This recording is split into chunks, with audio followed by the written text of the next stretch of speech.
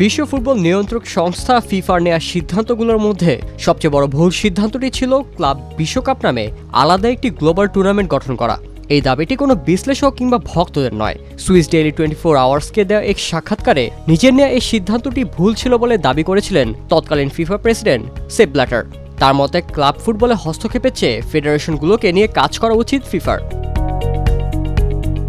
তবে ব্ল্যাটারের করা এ ভুল গ্রহণ করতে কোনো দ্বিধা করেননি উত্তরসূরি জিয়ানো ইনফ্যান্তিনো, কারণ তিনি চেয়েছেন বাদ না দিয়ে এই টুর্নামেন্টটিকে নতুন করে সাজাতে।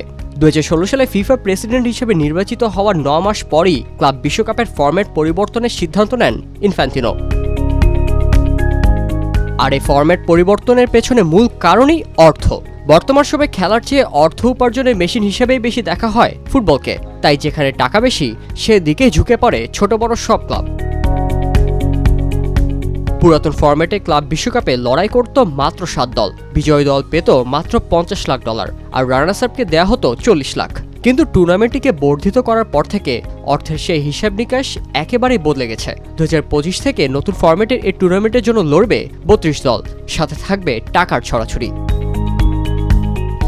গত আসর অর্থাৎ 2023 ক্লাব বিশ্বকাপের প্রাইজ মানি ছিল $1.60 লাখ। আনুষ্ঠানিক না হলেও ধারণা করা হচ্ছে 2025-এর আসরের জন্য সেই প্রাইজ মানি বেড়ে দাঁড়াবে $265 কোটি।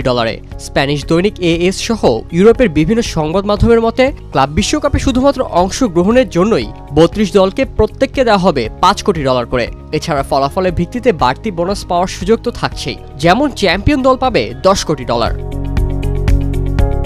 তবে আর্থিক দিক বিবেচনায় সবচেয়ে বেশি লাভবান হবে ইউরোপের শীর্ষ ক্লাবগুলো। ধারণা করা হচ্ছে প্রাইজ মানি 70% পাবে ইউরোপ থেকে অংশ নেওয়া 12 ক্লাব, কারণ ক্লাব ফুটবলের সবচেয়ে বেশি দর্শক আকর্ষণ করে এই দলগুলো। টিভি সত্ত্ব ছাড়াও টিকিট থেকেও বেশি আয়ও আসছে তাদের জন্য।